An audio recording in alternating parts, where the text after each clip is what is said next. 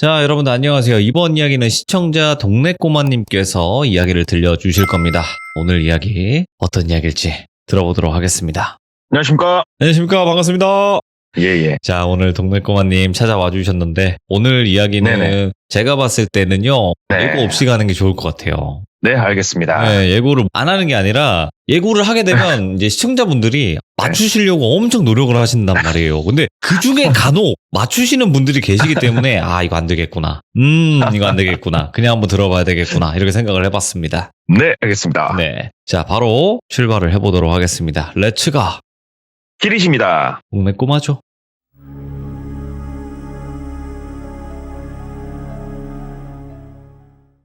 제가 조금 됐어요. 보통 이제 우리 영업사원들이 당직인 날 이렇게 매장에 네. 앉아가지고 할 게 없습니다. 진짜로 핸드폰이나 태블릿으로 영화를 본다든가 아니면은 게임을 한다든가. 왜 그러냐면 하루에 정말 많이 오는 날이 한 4팀? 통상적으로 2팀 내방을 하세요. 대부분 매장이 마찬가지일 건데 이제 하루 종일 심심하면 영화 보고 핸드폰 보는 것도 한두 시간이 눈이 아파요. 그러면 이제 양심적으로다가 고객분들한테 안부 전화를 조금 돌리다가 이제 뭐 지인들한테 전화도 돌리고 하는데 잊고 살던 그렇게 친하지 않는 형님 한 분한테 전화를 했어요. 그래서 형님 어떻게 잘 사시냐고 그랬더니 야, 너 안 죽었냐? 그래가지고 내가 뭘 죽긴 왜 죽어요? 형님은 어떻게 지내세요? 그랬더니 뭐 나 타 지역 나와서 다른 일을 하고 있다 그러시더라고요. 그래서 그러시냐고 그랬더니 야, 안 그래도 한 2주 정도 있다가 내가 다시 고향 내려갈 일이 있으니까 내려가면 밥 한번 먹자 전화할게. 그래갖고 형님 전화하십시오 하고 이제 만났어요. 그 형님 한 2주 좀 더 있다가. 그래서 돌비님 아시겠지만 저는 어차피 술을 안 먹기 때문에 저녁 식사만 했어요. 그 형하고. 예. 그래서 그 형님은 소주 한잔 하시고 저는 그냥 밥만 먹으면서 뭐 이런저런 얘기를 하는데 이 형님에 대해서 간략하게 말씀을 드리자면 일단 돈이 좀 있는 집의 자제분이세요. 그리고 이제 아버지의 직업은 제가 좀 이따가 이제 말씀을 드릴 거고 그리고 이 형님은 참 인생을 스펙타클하게 사셨어요. 본인 성격이 그렇게 살 수밖에 없어요. 제가 이 형님한테도 대놓고 한 말이지만 참 인생을 망나니처럼 사신 분이세요. 지금은 조금 괜찮은데 이제 그렇게 사시다 보니까 이 형님 좀 재밌는 얘기가 있겠다 싶어가지고 물어봤죠. 네. 제가 이런 채널에 나가서 무서운 얘기, 섬뜩한 얘기 제가 좀 이렇게 한번 얘기를 하고 있는데 형은 좀 재밌는 얘기가 많을 것 같은데 있어? 그랬더니 야, 뭐 그런 쪽의 얘기라면은 뭐 몇 개가 있지 하면서 이 형님이 들어보니까 이야기 보따리예요. 저한테. 예. 이 형님 해주신 여러 가지 얘기 중에 오늘 한 가지를 한번 말씀을 드려볼게요. 때는 바야흐로 2014년도예요. 14년도에 이 당시가 이 형님이 이제 30대 중반이셨는데 이 형님이 아버지가 무슨 일을 하시냐면은 일단은 대외적으로 봤을 때는 임대사업자세요. 건물을 몇 채 갖고 계세요. 그래가지고 임대를 내주는 사업을 하시는데 조금 더 깊이 들여다보면 이분 아버지가 무슨 일을 하시냐면은 단란한 술집을 굉장히 큰 사이즈를 한 3개 정도 운영을 하시고요. 네. 그리고 어떤 모 지역의 나이트클럽의 지분도 갖고 계신 분이세요. 그러니까는 전직 주먹이세요. 전직 주먹이신 분이신데 이분이 자식이 4명이에요. 그래서 딸, 아들 그리고 이 형님 똘비라고 할게요. 똘비 형님이 마지막 막내고 아들이에요. 유일한 외동아들. 그래서 아버지가 뭐 아까 제가 설명을 드렸다시피 돈이 좀 많으시겠죠? 큰 기업체 운영하시는 건 아니지만 상당히 돈이 많으시죠. 근데 아들이 하나야. 근데 막내야. 얼마나 애지중지 키웠겠냐고요, 아들을. 그러다 보니까 이 형님이 상당히 성격이 호전적이세요. 진짜. 옛날부터 좀 알긴 했는데 친구들하고 수틀리면 주먹부터 나가고 아버지가 또 뒷정리 해주시고 좀 이렇게 하셨는데 이제 이 형님이 사건 사고를 워낙에 많이 치세요. 진짜 허구헌날 사건 사고예요. 이 형님은 아버지가 맨날 깽값 물어주고 뭐 물어주고 합의 봐주고 이게 그냥 일이에요. 일. 근데 이 아버지도 한계점이라는 게 있잖아요. 자식에 대해서. 근데 이제 어떤 큼지막한 사건이 있었어요. 그래가지고 아버지가 야, 나는 더 이상 네가 아무리 내 소중한 자식이어도 안 되겠다. 너는 그냥 호적에서 파벌라니까 나가라. 그래 버리신 거예요. 이렇게 아버지가 강경하게 말씀하신 적이 그 전에 몇 번 있었으니까 똘비는 또 속으로 또 이러시다 말겠지 해가지고 아유 아버지 야, 안 그렇게 좀 봐줘 왜 그래 얘기하니까 아버지가 야 나 이제는 장난 아니야 너 내가 준 카드 다 내놔 카드 싹 뺏어버리고 이 형님이 그 당시에 모 외제차 뚜껑 열리는 걸 타고 다니셨거든요. 차키 내놔 차키까지 싹 뺏어버리고 그리고 나가 해버리시더래요. 아빠 나 진짜 나가? 나 진짜 나가? 그러니까는 나가 그리고 앞으로 네 월급식으로 네 통장에 꽂히는 돈도 없을 거야. 이게 뭐였냐면은 아버지 갖고 계신 여러 가지 회사 중에 하나 월급식으로 책정해가지고 상당히 큰 돈이 매달 들어가고 있었거든요. 그것까지 다 잘라버리겠다. 아이 뭐 이러시다 말겠지. 그래서 아버지 알았어 나 그럼 나간다. 아들 나가서 칵 뒤져본다. 나간다. 그러니까는 나가서 네 알아서 먹고 사. 더 이상 넌 내 아들이 아니야. 나가십시오 똘비님 그러셨대요. 그래갖고 나가지 뭐 나갔대요. 나가면서 이제 엄마한테도 엄마 나 진짜 나간다 나 쫓겨난다 그랬더니 엄마도 잘 가라 그러시더래요. 엄마도 예. 질렸는가. 그래서 그래 나가지 뭐 며칠 있으면 찾으려면서 이렇게 또 세게 나오네 하면서 나갔는데 진짜 안 찾으시더래요. 그래갖고 찾지 마. 내가 알아서 먹고 살 거야. 일단은 통장 잔고가 몇백밖에 없었대요. 그렇게 아버지가 돈을 줘도 밑 빠진 독에 물 붓는 거였기 때문에 돈을 워낙 써가지고 일단 있는 돈으로 기분이 더러우니까 술 한잔하고 호텔 잡아서 자고 이거를 한 3주 정도 했더니만 통장 잔고가 이제 텅텅텅텅 소리가 나더래요. 비어가지고 이제부터 호텔이 아니고 모텔에서 자야 됐고 밥도 먹고 좀 놀아야겠는데 돈이 없는 거예요. 본인 이제 이름으로 됐던 신용카드도 많이 썼고 한도가 거의 찼고 통장엔 잔고도 없고 전화를 했대요. 야 누구야? 난데 야 한 300만 좀 붙여봐라. 내가 좀 이따 줄게. 그래갖고 친구한테 돈 빌려가지고 또 그걸로 놀고 이때까지만 해도 그냥 길어야 한 1, 2주 더 있으면 아버지가 호출을 할 거라는 생각을 가지고 있었대요. 근데 아빠도 엄마도 전화가 한 통도 없더래요. 친구들한테 돈 빌리는 것도 한두 명이지 이거를 좀 했더니 소문이 이상하게 나기 시작하더래요. 야 똘비네 집 망했다더라. 똘비 쫓겨나가지고 개털됐다더라. 이런 소문 이상한 소문들이 돌기 시작하고 쟤한테 돈 빌려주면은 멋된다더라 막 이런 소문까지 도니까 엄마한테 전화를 했대요. 엄마 그랬더니 엄마가 누구세요? 그러더래요.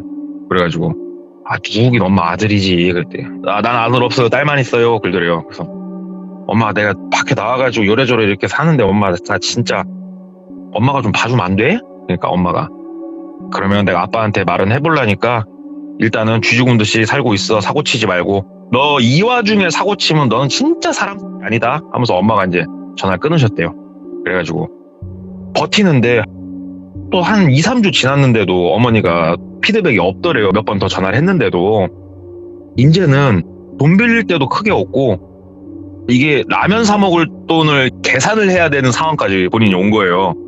근데 사람이 성장 과정이 중요한 게 여기까지 와도 일할 생각은 안 했대요. 스스로가. 아니 무턱대고 집에 들어가 버릴까 막 이런 생각까지 이제 드는데 엄마한테 전화가 온 거예요. 아빠가 들어오란다. 들어와라. 그래가지고 막 박수를 치면서 이제 집으로 놀러 갔대요. 예. 막 가가지고 아버지 아들이 잘못했어요 얘기하니까는 야 잘못한 거는 많이 반성했냐? 아버지 나 진짜 몇 날 며칠 라면만 먹고 내가 얼마나 내가 따뜻한 집에서 잘 먹고 잘 사는지 아버지 나 이번에 처음 알았고 이제 막 속에도 없는 얘기 한 거예요. 그냥 립 서비스를. 그러니까 아버지가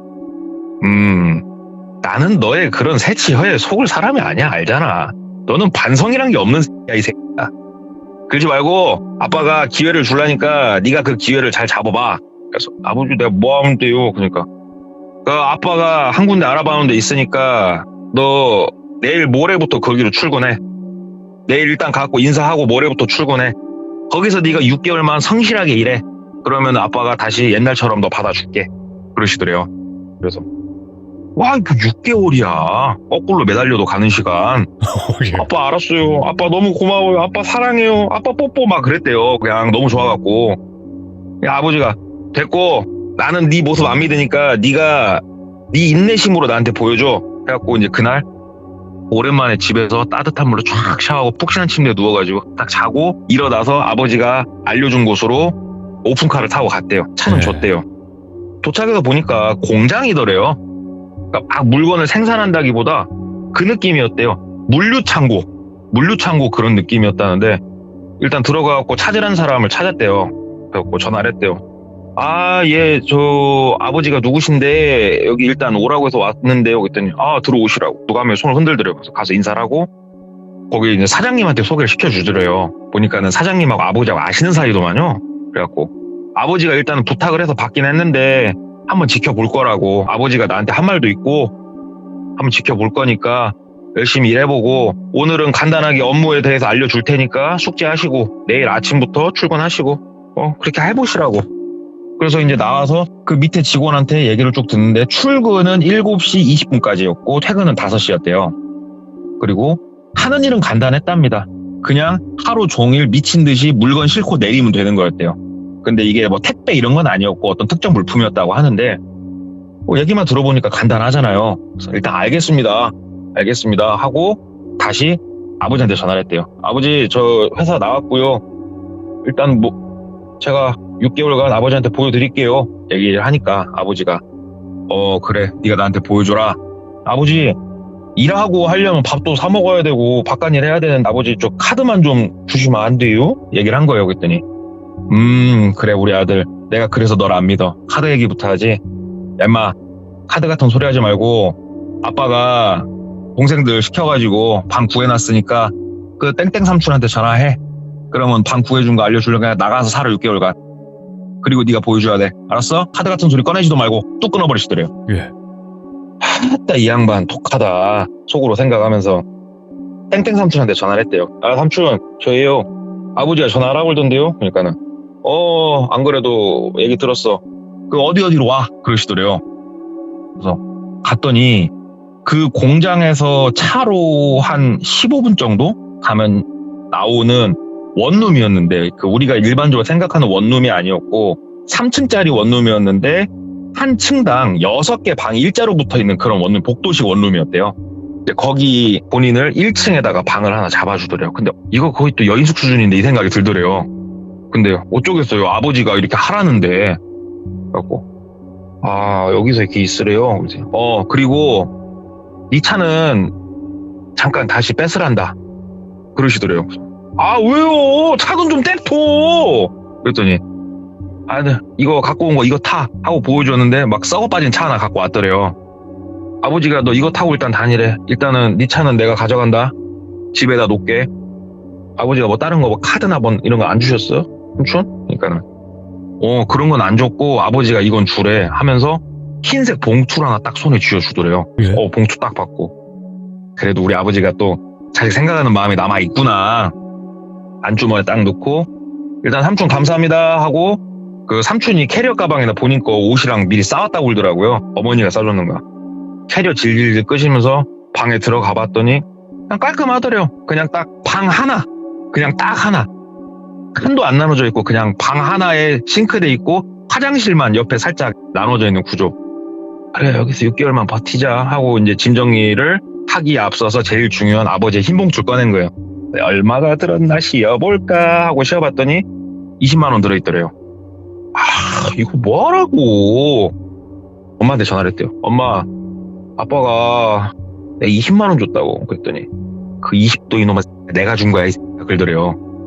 너 거기서 진짜 쥐 죽은 듯이 살아 사람답게 살고 싶으면 그래 알았어 하고 끊고 이제 거기서 하룻밤 지내고 다음날 이제 공장에 나갔는데 와 진짜 죽겠더래요. 진짜 하루 종일 거의 쉬는 시간도 없이 물건 막 내리고 있으면 내릴 차가 또 들어오고 싣고 있으면 실을 차가 또 들어온대요. 미쳐버리겠대요. 진짜 물건도 무거운데 퇴근하자마자 씻고 그냥 골아 떨어졌대. 태어나서 이런 일 처음 해보니까 한 오름 2주 좀 넘도록은 진짜 퇴근하면은 근육통과 피로감에 쩔어가지고 그렇게 바로 잠들기 일쑤였는데 사람이란 적응의 동물이다 보니 한 달이 좀 못 됐을 무렵부터는 괜찮더랍니다. 집에 들어와도.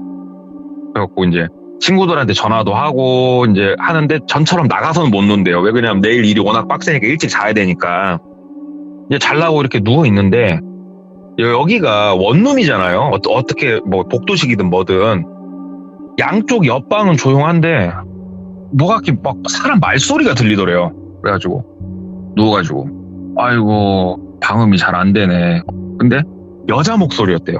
어쩌고 저쩌고 어쩌고 저쩌고 어쩌고 하는데 조금 말이 좀 작게 들리니까 뭐야 내 양쪽 옆방 아저씨들인데 아씨 뭐야 하면서 여기가 방이 있고 베란다 형식으로 되게 작은 공간이 있고 거기에 세탁기를 하나씩 놔준 공간이 있는데 그쪽 창문을 열고 세탁기 근처로 가봤더니 세탁기 옆에 배수관 파이프가 있잖아요.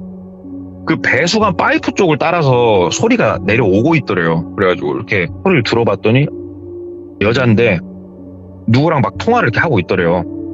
여자가 사나 보구나. 윗집인가 아니면 3층인가? 근데 뭐라고 이렇게 계속 통화를 하는 거야. 아 귀에 되게 거슬리네. 이게 몇 분째야 하면서 살짝 내용을 들어봤더니 뭐 내용이 조금 재밌었대요. 이번에 뭐 호구를 몇 명 잡았고 이거 진짜 부자 되는 건 순식간일 거고 막 이런 얘기를 하더래요. 그래서 뭐야 꽃뱀이야? 뭔 전화 내용이 이래. 좋겠다. 그렇게 뭐 호구 잡아갖고 부자 될 것 같으면 입 좀 다물어라 좀 자게 하고 이제 잠 자고 하는데 이 여자 목소리가 안 들리는 날은 안 들리는데 들리는 날은 진짜로 1시간, 2시간씩 그렇게 통화를 하더래요. 그래가지고 이게 나중에는 사람이 적응이 되니까 잠도 안 오고 한 2달쯤 됐을 때 진짜 이 여자가 오늘도 이제 목소리가 들리는구나. 짜증나. 이러고 있는데 갑자기 이 여자 목소리 말고 다른 여자 목소리가 또 들리더래요. 뭐시 어쩌고 저쩌고 어쩌고 저쩌고. 또 친구까지 데리고 왔나? 아, 나 좀 쉬어야 되는데. 아, 나 예민한데. 그러고 있는데 갑자기 쿵, 쿵, 쿵, 쿵, 쿵 막 소리가 들리더래요. 뛰더래요 막. 그래갖고 아 이런 진짜 미쳤네. 이 집 시간이 몇 시인데 첫 뛰고 자빠졌어. 막 이렇게 생각을 하고 있었대요. 근데 계속 뛰는데 갑자기 뛰는 소리하고 함께 들리는 소리가 박수 치는 소리가 들리더래요. 짝짝짝짝짝짝 박수를 치면은 거기에 맞춰서 쿵쿵쿵쿵 뛰고 있더래요. 그래갖고 꼭지가 돌죠. 참았는데 한 15, 20분 넘도록 그러고 있으니까 와, 이 여자 체력도 좋은데 이건 아니지. 그래서 2층으로 올라갔대요. 올라가가지고 쭉 귀를 기울이면서 이렇게 가는데 아, 이거 옆집 사는 사람들은 뭐야 부처야 보살이야 이러고 있으면 나 같으면 불질렀다 진짜 하면서 이렇게 쑥 듣는데 자기 바로 윗집이 맞더래 호수가.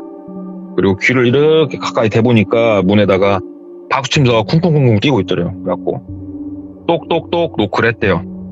그랬더니 안 들리는가 계속 뛰더래요. 그래가지고 이제 주먹으로 빵빵빵 쳤대요. 치면서 나와 이씨 하면서 막 소리 질렀대요.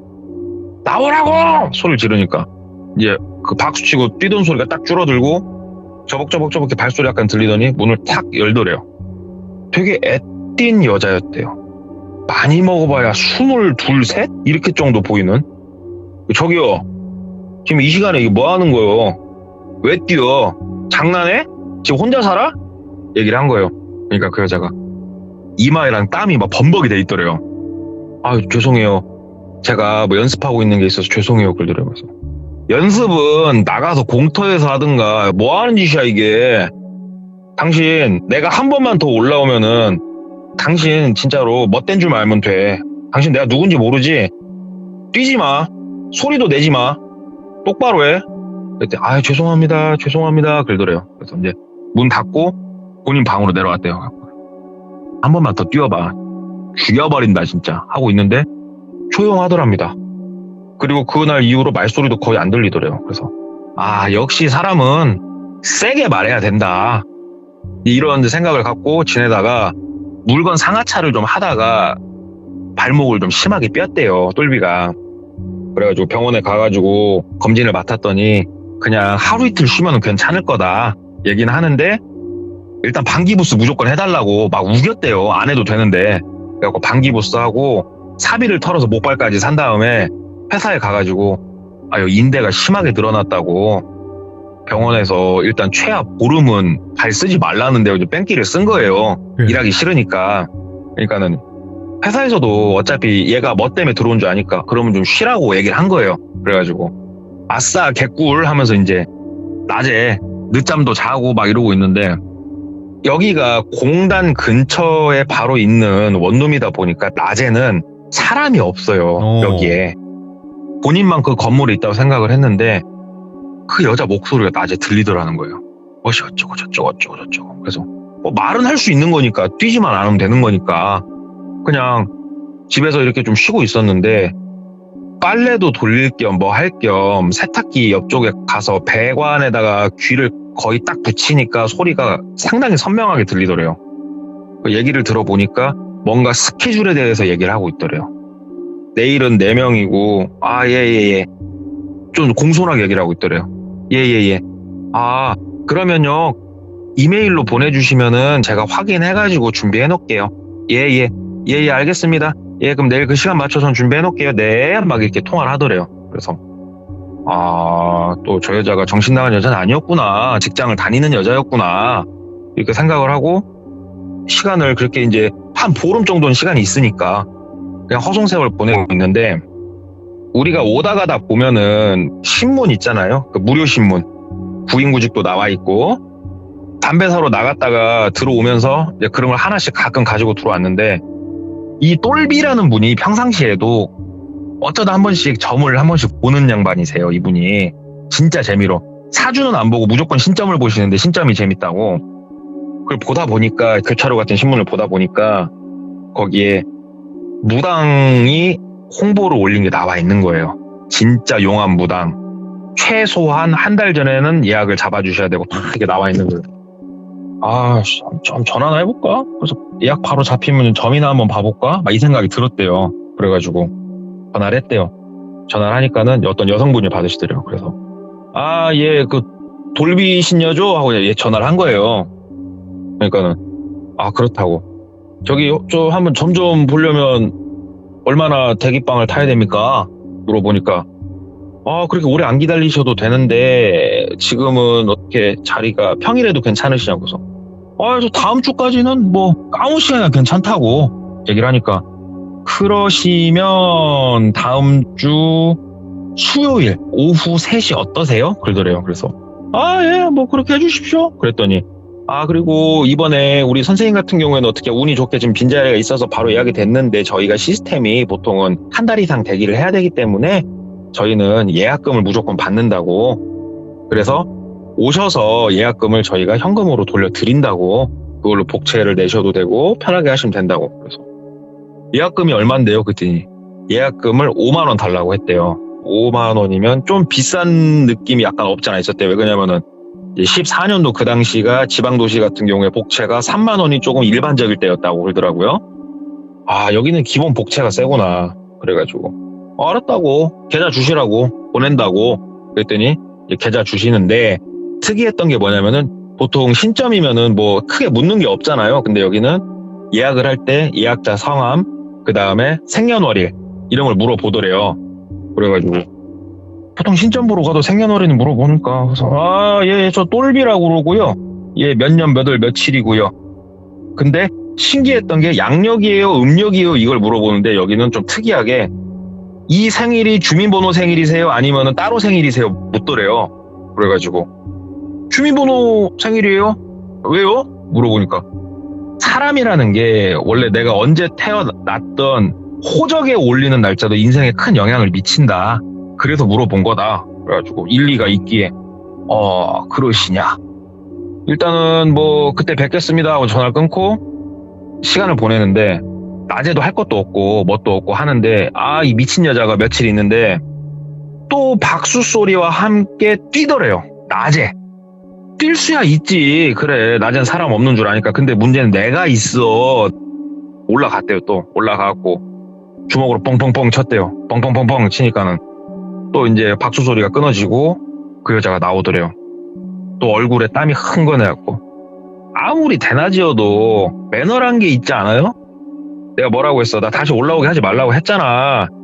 장난해? 그랬더니 죄송해요. 낮에는 아무도 안 계시는 줄 알았어요. 그러더래요. 그래서 좀 쉽시다. 좀 쉬어요. 여기가 사람 쉬는 곳이지. 여기가 뭐 댄스방이요? 막 뭐라고 한 거예요. 그러니까는 죄송하다고. 그러면서 그 여자 얼굴을 한 번 더 봤는데 나름 좀 귀엽게 생겼더래요. 그렇게 그 여자를 보고 시간이 며칠 흘러서 점집에 갔는데 점집에 가면 보통 안내를 해주시는 분이 계시고 그 다음에 이분의 안내를 받아서 신당 같은 데 들어가면 점사를 보는 무당분이 계시잖아요. 무당이 계신 곳에 딱 들어갔는데 이곳이 이제 달동네였는데 깃발 딱 세워놓고 정말 정갈한 한복을 입으신 윗집 여자더래요. 되게 놀랬대요. 본인이 하고 보는데 그분은 본인을 잘 못 알아보는 것 같더래요. 예. 근데 그도 그럴 것이 똘비가 가가지고 도끼는 뜨고 모자를 쓰고 그러고 얘기를 하고 있어서 그런지 어쩐지 몰라도 본인을 알아보는 것 같진 않더래요. 일단은 티를 내서 좋을 건 없으니 앉아가지고 저 점사를 좀 보려고 합니다. 그랬더니 뭐가 궁금하냐? 그냥 제 앞으로 제 30대 남은 인생이 어떻게 평탄할지, 제 인생이 평탄할지 한번 그런 것들이 궁금해요. 돈은 좀 어떻게 잘 벌지. 그러니까 물어보니까 딱 이분이 쌀을 어떻게 막 흩뿌리면서 이렇게 막 뭘 하더래요. 혼자 중얼거리면서. 근데 목소리가 바뀌더래요. 처음에 들어왔을 때부터 약간 부산스럽다고 생각했는데 갑자기 형아 왔어? 형아 이러면서 동자신이구나. 아, 동자신이었구나. 얘가 모시는 애가 생각이 들더래요. 그러면서 형아는 아이고 공부를 안 했다.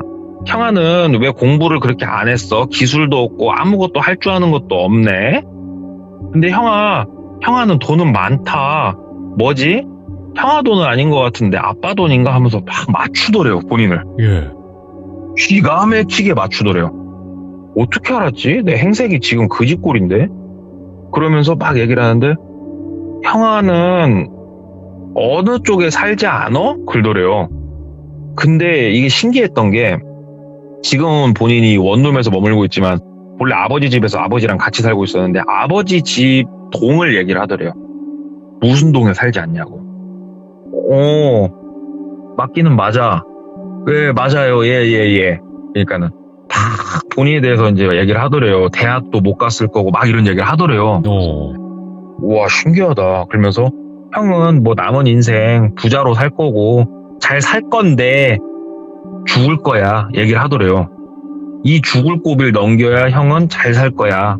제가 뭐 죽을 일이 있습니까? 그랬더니 형은 진짜 앞으로 1, 2년 안에 크게 치성을 들이지 않으면 형은 죽는다고. 그러면 그 많은 재산 써보지도 못하고 진짜 아깝다고 하면서 애통해 하더래요.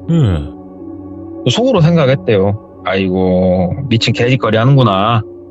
그래가지고 예 이렇게 하고 이제 약간 접신이 풀린 듯한 모습을 보여주면서 일단은 제가 모시는 이제 신께서 말씀하시기를 뭐 이래저래 해가지고 하는데 우리 똘비 씨 같은 경우는 글쎄요.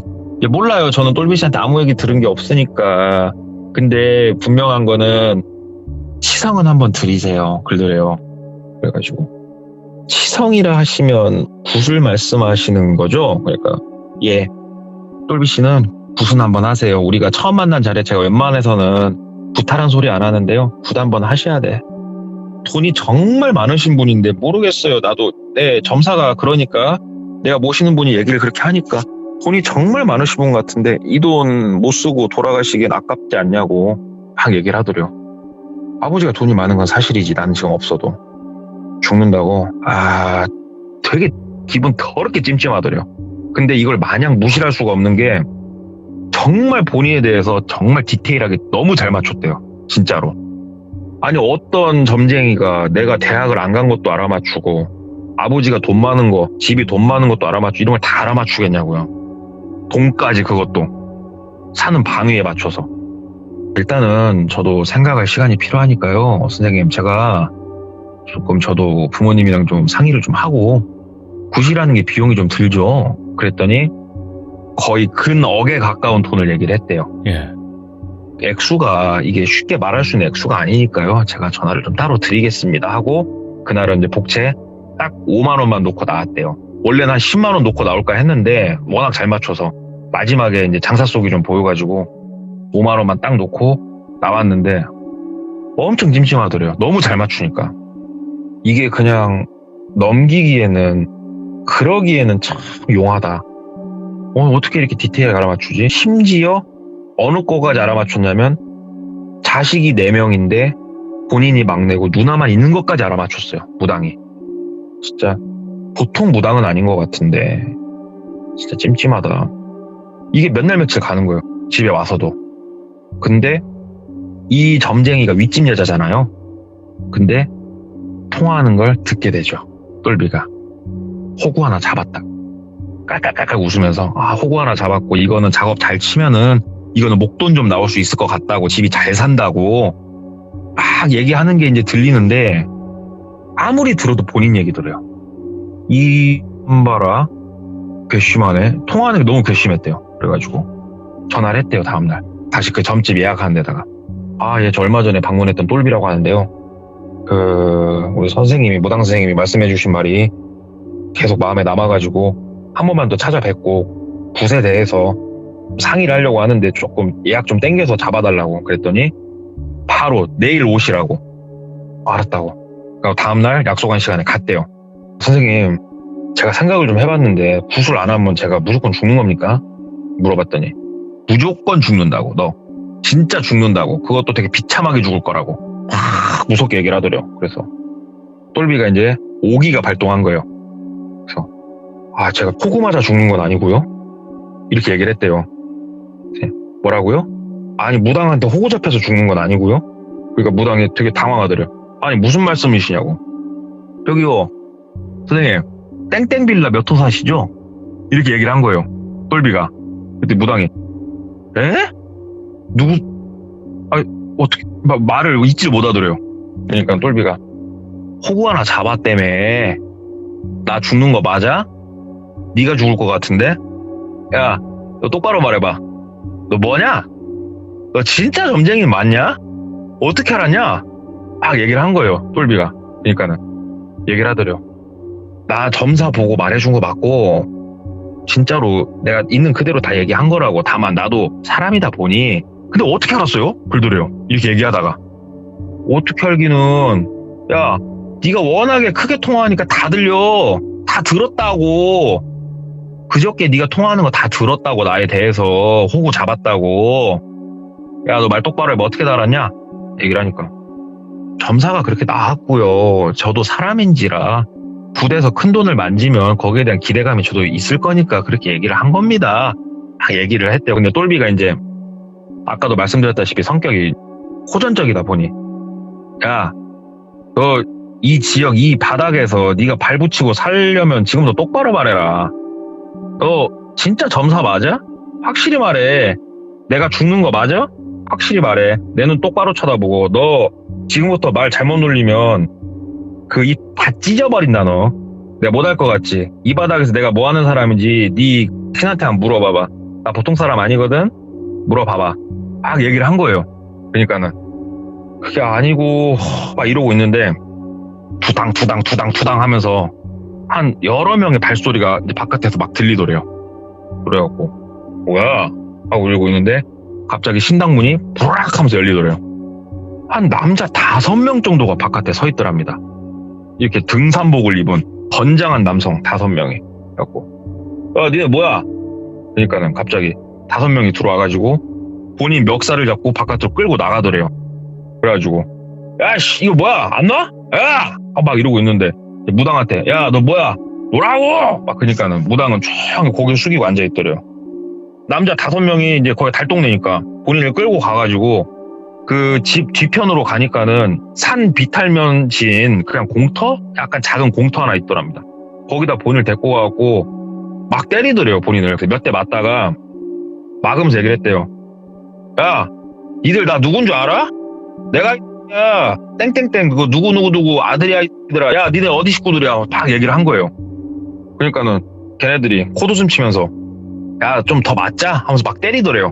막 막으면서 아이씨 야 니네 후회 안 해? 니네 어디 애들이야? 나 진짜 누구라고? 하면서 막 얘기를 하니까 알았어 하면서 막 더 패더래요. 내가 그래 와서 깽판 친 건 있는데 이렇게 맞을 일인가 싶더래요. 그래가지고 같이 좀 싸웠대요. 똘비가. 이분이 지금 말만 들어봤을 땐 되게 백수고 개차반 같겠지만 어려서부터 참 사건 사고를 많이 치면서 격투기를 오래 이렇게 연마하신 분들한테는 당연히 게임이 안 되겠지만 네. 일반인들끼리 싸웠을 땐 상당히 잘 싸우시는 분이거든요. 이분이. 근데 이제 5대1이라는 숫자는 이거는 이제 답이 안 나오지만 5기로다가 한 명을 막 때리고 막 했대요. 막 싸우고 하면서 이제 약간 본인이 이제 두드러 맞다가 조금 소강 상태에 들어갔을 때 얘기를 했대요. 야, 우리 아버지 모르면 우리 아버지 동생들 누구 니네 알아? 누구 알아? 하면서 막 얘기를 했대요. 그랬더니 대답 안 하더래요. 야, 근데 니들 나 왜 때리냐? 야, 나 니들 얼굴 다 봤거든? 이 자리에서 니들이 나 안 죽이면은 나 니들 찾아낸다? 자신 있냐? 막 얘기를 한 거예요. 그러니까 걔네가 아이고 넌 명을 이렇게 재촉을 하냐? 야, 내 핸드폰 좀 갖고 와봐. 그러니까 한 명 핸드폰을 본인 걸 뺐더래요. 그냥 줬대요, 핸드폰. 왜? 내 핸드폰은 왜? 이거 삥땅 쳐가게? 갖다 팔아라? 얘기를 하니까 비번 걸어놨네? 야, 비번 좀 풀어봐. 주더래, 핸드폰을. 아, 풀어줄게. 비번 풀어줬대요. 그랬더니 다른 거 안 보고 문자랑 전화 내역을 막 보더래요. 그러더니 너 여기 오는 거 아무한테도 얘기를 안 했네? 그러더래요. 뭐? 그랬더니 핸드폰 내역 쭉 보면서 야, 너 오늘 여기 온다고 아무한테도 얘기 안 했지? 상의하고 온 적이 없네? 너 여기 온 거 아무도 모르네? 그러더래요. 야, 모르지. 이 나이 먹고 허락받고 다니냐? 그러니까는 야, 여기 임마 이 동네는 CCTV 없어 임마. 너 지금 임마 여기서 죽어가지고 여기다 파묻어도 아무도 너 못 찾아. 너 지금 상황이 파악이 안 되냐? 근데 본인이 아무리 생각을 해도 내가 여기서 파묻혀야 될 만큼 뭘 잘못했나 싶더래요.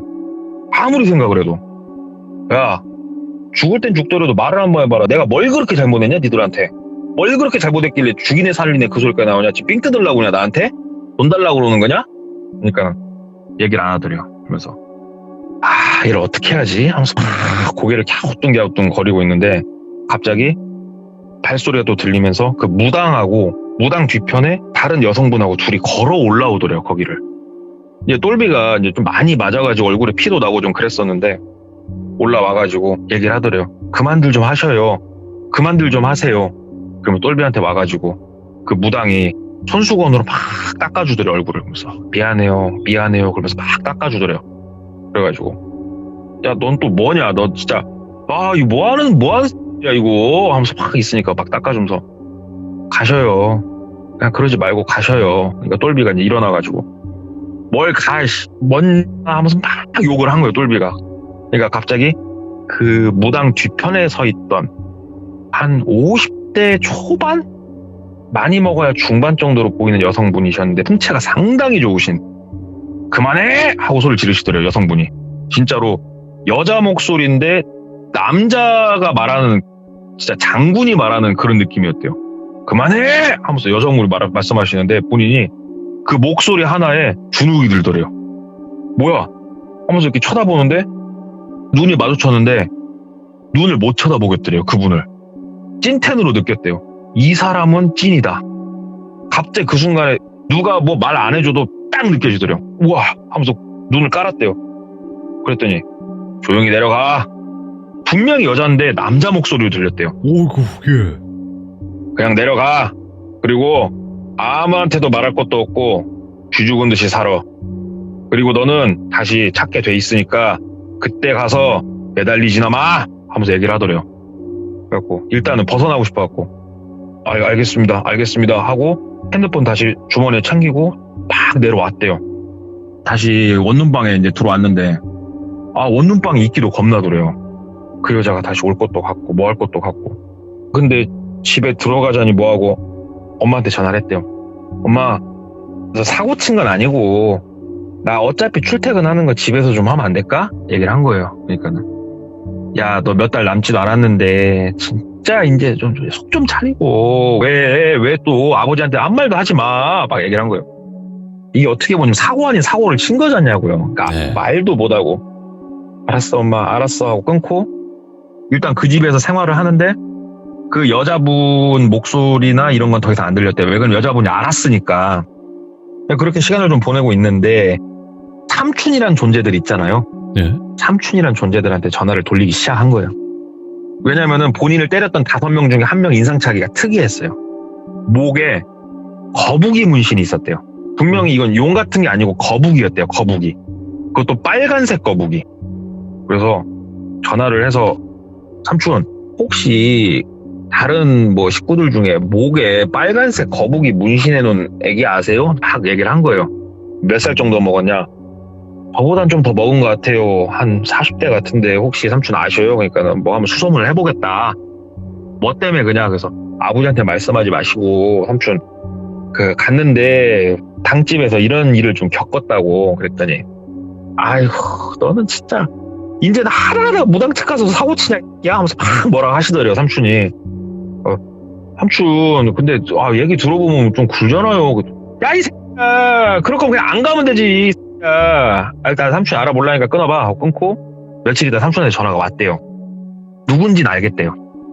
찾기는 찾았답니다. 그 사람이 뭐 하는 사람인지. 근데 뭐 어둠의 세계에서 주먹을 휘두르고 다니시고 그런 분은 아니래요. 거기가 그런 건 아닌데 조금 애매한 녀석이다. 아예 이쪽 사람도 아니고 좀 애매한 사람인데 네가 크게 신경 안 써도 될 것 같다. 그리고 나머지는 조금 더 알아본다고 하는 동생들이 있으니까 기다려봐라. 너무 걱정 안 해도 될 것 같다. 얘기를 하더래요. 그래서 조금 마음이 놓이더래요. 다행이다. 난 또 무서운 애들이면 어떻게 하나 싶었는데 다행이다. 고맙습니다 삼촌 하고 이제는 출근도 하고 일상을 보내는데 태어나서 단 한 번도 가위를 눌려본 적이 없어요. 이 네. 똘비는. 단 한 번도 헛소리, 헛것 이런 거 본 적이 없어요. 근처에도 가본 적이 없어요. 근데 그때 당집 사건 이후로 어떤 증상들이 시작이 됐냐면은 가위에 눌리는 게 아니고 처음 시작은 뭔가 위화감을 느끼기 시작을 한 거예요. 집에서. 뭔가가 지금 같이 있는 것 같은 느낌. 뭔가는 없어요. 아무것도 없는데 뭔가 귀신이 이 안에 있는 것 같다는 느낌이 갑자기 들더래요. 우리 왜 그런 거 있잖아요. 그냥 늘상 내가 지내던 방인데 어느 날 갑자기 낯설고 무섭게 느껴지는 그 느낌이 들더래요. 왜 그러지? 내가 갑작스럽게 좀 이런 일을 겪어서 그런가? 샤워를 하는데 샴푸를 하다가 문득 눈을 못 뜨겠더래요. 무서워서. 나이가 30 중반인데 머리를 감다가 갑자기 문득 무서워서 눈을 못 뜨겠더래요. 그래서 한참 머리 비누 털어내고 용기 내서 눈 뜨고 아무것도 당연히 없고. 내가 왜 그러지? 당집에서 사고 쳐서 그런가? 근데 그거 사이비인데 괜찮아 괜찮을 거야 하면서 자는데 이제는 며칠이 지나니까 가위를 눌리기 시작을 했던 거예요. 예. 자는데 태어나서 처음 눌려보는 가위에 진짜 심장이 떨어져 나가는 줄 알았대요. 너무 무서웠대요 솔직히. 그렇잖아요. 우리 처음 눌리면 너무 무섭잖아요. 막 몸도 안 움직여지지 소리는 들리지. 근데 그 소리가 정말 특이했던 게 그 장군님 목소리가 나더래요. 그 나이가 있으신 여성분 입에서 나왔던 그 목소리가 네. 가위에 눌려있는데 막 나더래요. 그러면서 본인한테 하는 말이 너 데려갈 거야 데려갈 거야 버티지 마 그만 버텨 데려갈 거야 어서 나와 가자 버티지 마 막 이런 얘기를 하더래요. 그러면서 나와 막 반복하고 뭐 가위 눌리면 근데 대부분 뭐 같은 소리가 반복해서 들리고 그러지 않습니까? 태어나 처음 가위를 눌리고 아침에 이제 일어나서 출근을 해야 돼. 출근을 못 했대요. 처음이고 충격이 너무 커서 엄마한테 전화를 했대요. 엄마 나 가위라는 걸 눌렸다고. 그랬더니 엄마가 큰 놈이 잘한다 가위나 눌리고 그래서 막 얘기를 하길래 엄마 나 오늘 회사에 대한 출근 못 한다고 얘기했거든. 엄마 나 잠깐만 낮에 잠깐만 좀 보자 엄마 얘기를 했대요. 왜냐면 엄마만 생각이 나더래요. 딱 그 순간에 엄마한테 막 얘기를 했대요. 엄마 내가 이 나이 먹고 엄마 알잖냐고 나 무서운 거 없이 살았는데 엄마 나 요즘 너무 무섭다고. 그러니까 엄마가 얘기를 다 들었대요.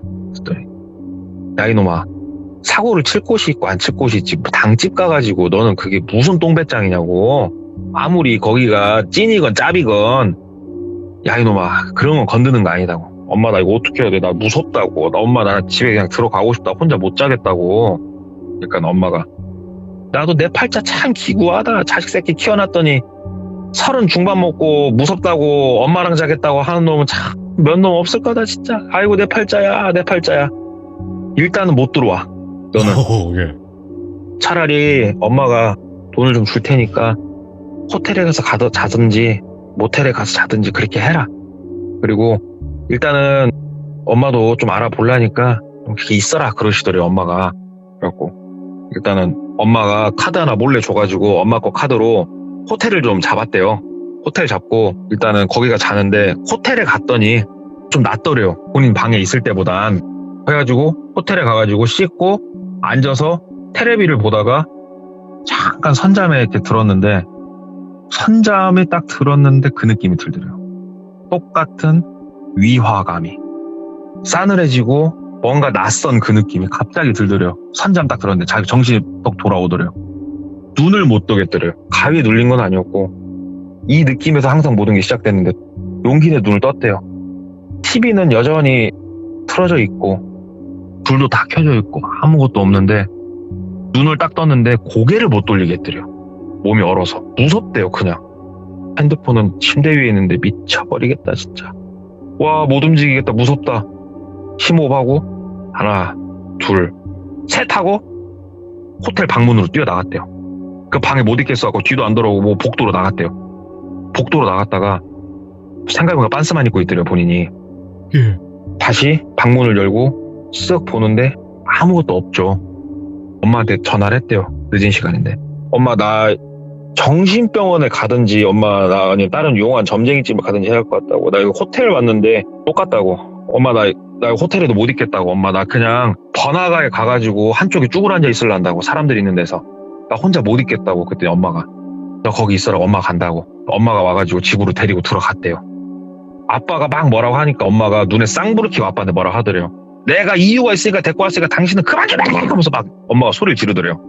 그러니까 아버지도 늘 같은 거겠지만 아무리 뭐 주먹이고 나발이고 내무부 장관이 최고니까 아버지도 이제 뭐라고 하다가 더 이상 말씀 못 하시고 서재방으로 들어가시고 일단 오늘은 그럼 엄마랑 자자고. 엄마 방에서 엄마랑 자자. 아빠는 서재방에 자면 되니까 엄마랑 자자고. 그래서 엄마랑 둘이 자는데 엄마가 같은 느낌을 받아버린 거예요. 그날 아침에 일어나서 엄마가 무서웠다고 했더니 엄마가 야야 혹시 너 이런 느낌 받았었던 거냐고.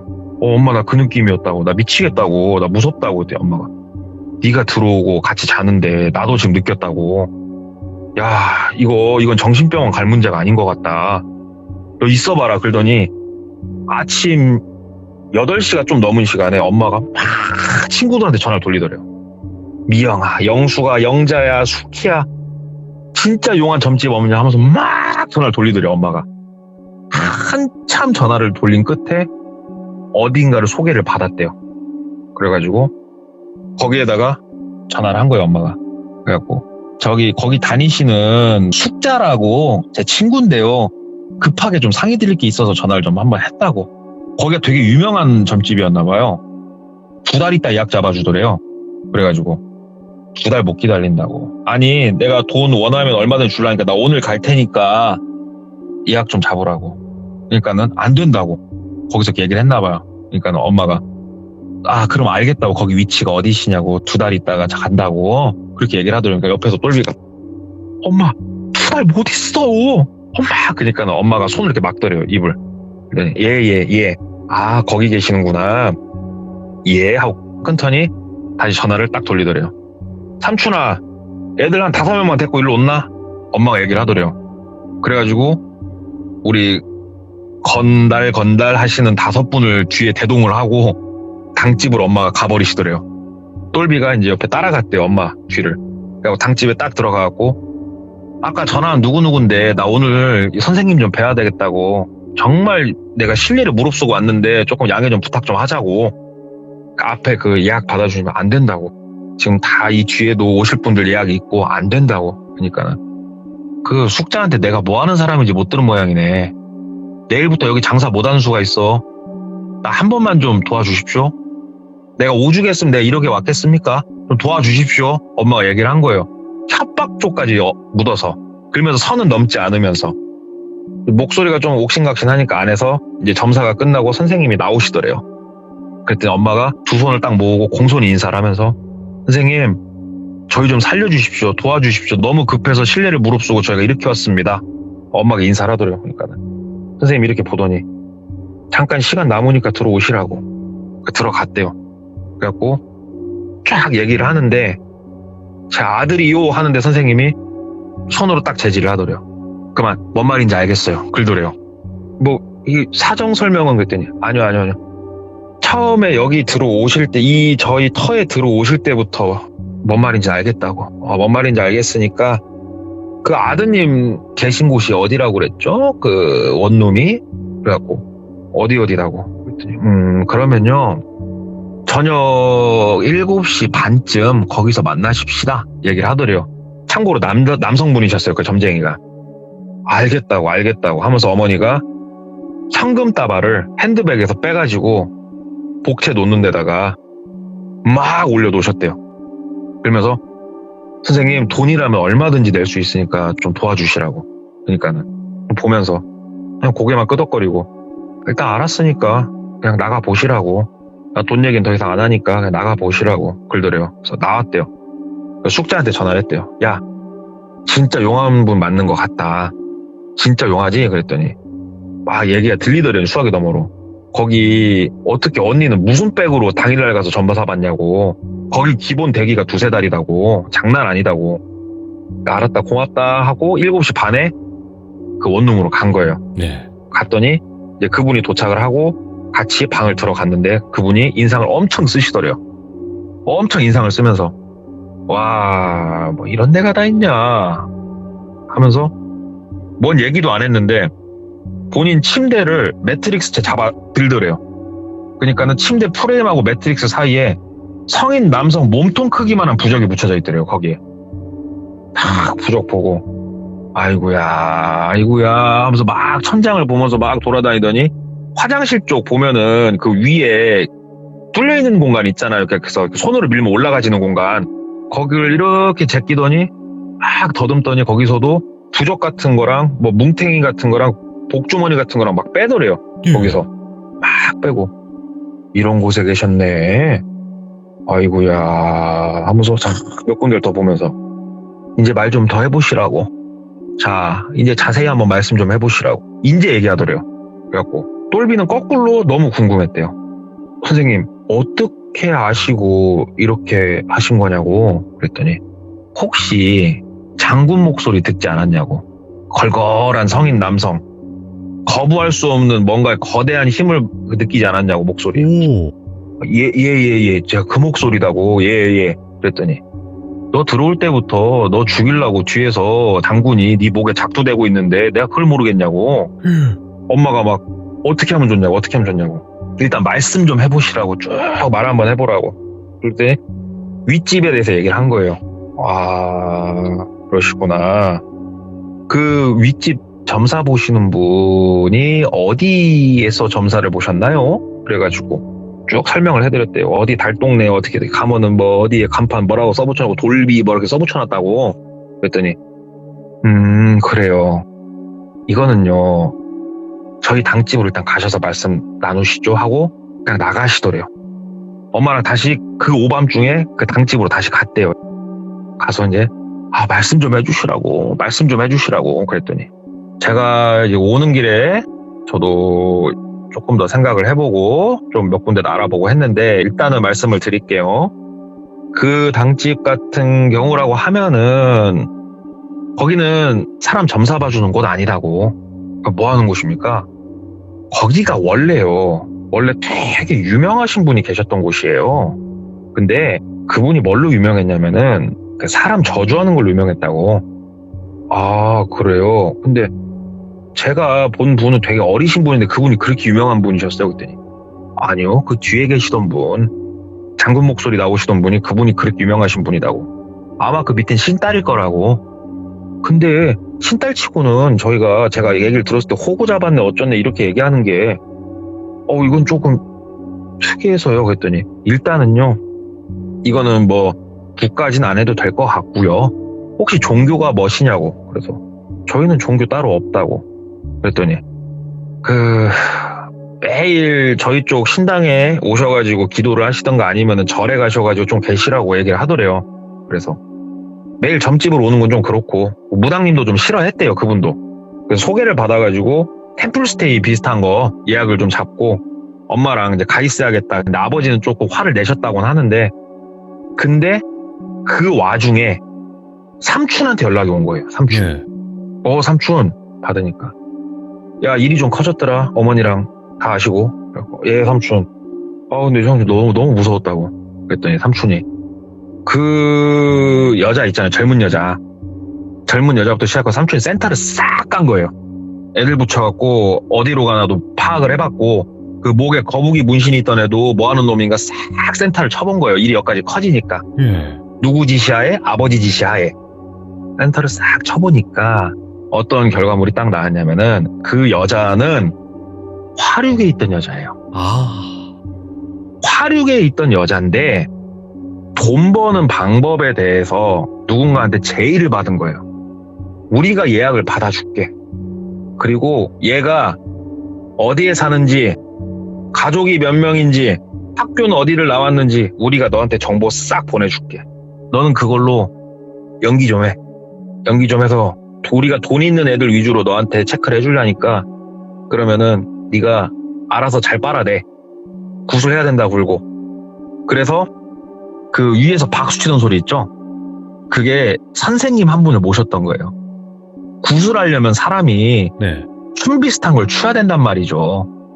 그거를 알려주고 있던 거예요. 그 오밤중에 징을 칠 수는 없으니까 예. 박수로 짝짝짝짝 하면서 나오셔가지고 그렇게 하고 어디에 가서도 배우고 그렇게 하던 찰나에 그 저주를 전문적으로 하시는 무당분이 그 팀에 합류를 하셨던 거예요.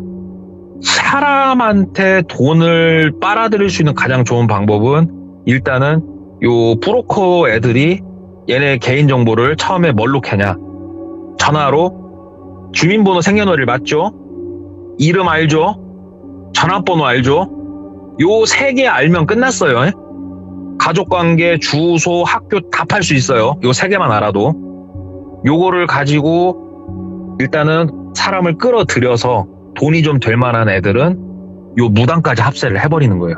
그래가지고 돈을 빨아들이는 건데 저는 제가 이제 이런 일을 겪지 않아봤으니까 모르겠습니다만은 실제로 이렇게 뭔가 이렇게 나를 저주를 하면 내가 진짜 그런 느낌을 받고 무서워지는지는 솔직히 모르겠습니다만은 만약에 똘비가 이렇게 누군가를 거꾸로 뒷조사를 할 수 있고 이럴 수 있는 사람이 아니었다고 하면은 네.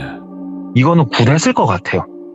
그럴 수도 있겠다. 이건 100% 굿했을 것 같아요. 이거는. 예. 그리고 처음에 이 무당을 똘비 같은 경우에는 하늘이 도는지는 몰라도 윗집 여자인 걸 알았단 말이에요. 그렇죠.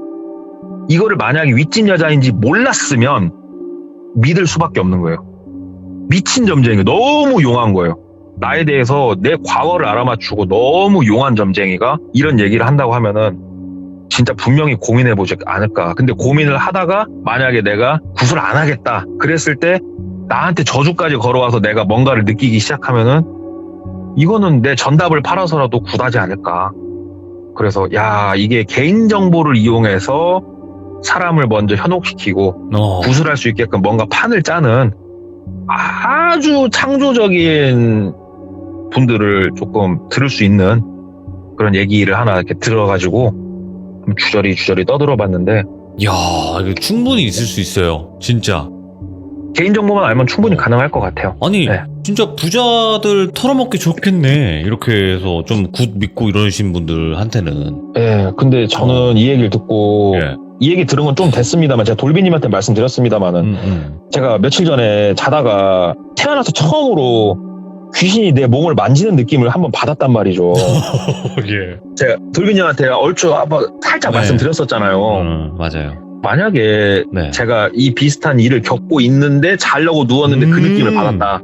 그치. 이거는 뭐 맞아요. 땅 팔아서 구다로 달려가는 거죠 이제. 네.